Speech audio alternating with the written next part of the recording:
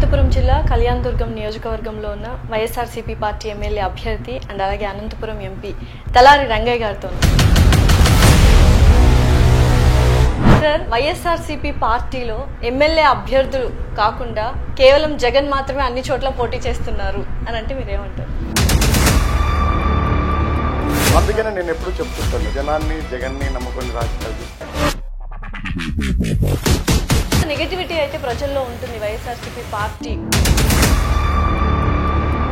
అది నిజమే అంటాను. సో అటువైపు ప్రత్యర్థిని చూసుకున్నట్లయితే మనీ బాబు అనే పేరు చాలా వినిపిస్తుంది. సో మీరు మాణిక్యం బాబు అంటున్నారు, దీనికి మీరు ఇచ్చే సమాధానం? అతను ఏ పని చేసినా లాభాల కోసం పనిచేసిన వాడు. సో అదే కాంట్రాక్టర్ దగ్గర మీరు ఉద్యోగస్తుల్లా పనిచేశారు.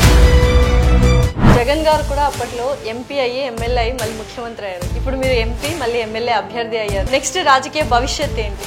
ఈ రోజు నాకు అప్పచెప్పిన పని ఏంటి అనేది నాకు ముఖ్యం. ఇంత ధీమాగా చెప్తున్నది ఈ నియోజకవర్గంలో మీ కమ్యూనిటీ ఓటర్లు ఎక్కువగా ఉన్నారని.